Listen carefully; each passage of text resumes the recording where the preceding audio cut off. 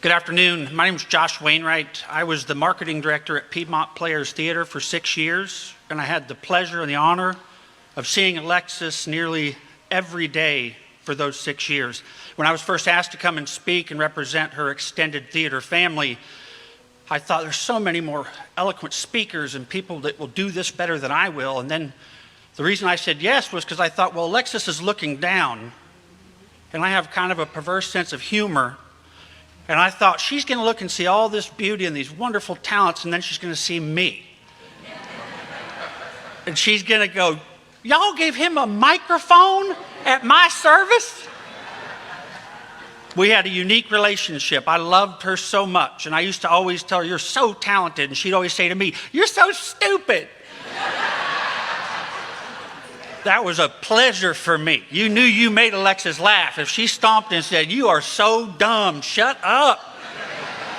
The first time I ever experienced The Voice, as it's so eloquently referenced to earlier, was she was auditioning for a part in a play that I was in with her called Leap of Faith. And she was auditioning for Ida Mae Sturdivant, who was a gospel choir leader. She was the moral compass. Shocker, right? I was the corrupt minister trying to steal money from everybody. She came into that audition. It was the first time I'd ever experienced it. She looked kind of frail and she had a scarf around her neck. And she said, Reed, my voice isn't quite there. I'm going to do my best. And then she sang a version of Amazing Grace that would have made Aretha smile. And that was the day I realized, okay, so Alexis 50% is better than my 100%. But her real talent, that voice and that personality were so big. I think what was overshadowed was her incredible sense of humor. Her timing, and if you ever saw the play Sister Act, which I think to date was the best representation of the overall talent of this amazing woman. She played, of course, the nightclub performer, Dolores Van Cartier, who had to be put in protective custody and hidden in a nunnery. Alexis was so brilliant in that show. I do the videotapes for Piedmont Players. I had to tape it 3 times because the first 2 times, my cackling in the background ruined the soundtrack. True story.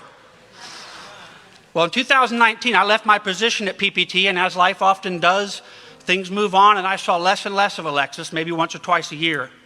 And I will forever be grateful for on my birthday, September 30th of 2022, I was helping to plan the service for the wonderful Woodson twins. And I walked into Livingston College Auditorium, and there she was, doing what she was born to do. She was singing. I wish the circumstances were different, but I will thank God for the rest of my life for that day.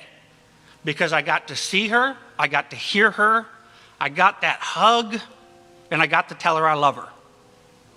And on behalf of all of her family, but her theater family especially, I love you, Alexis. I will miss you, Ida Mae, and I will never forget you, Dolores Van Cartier.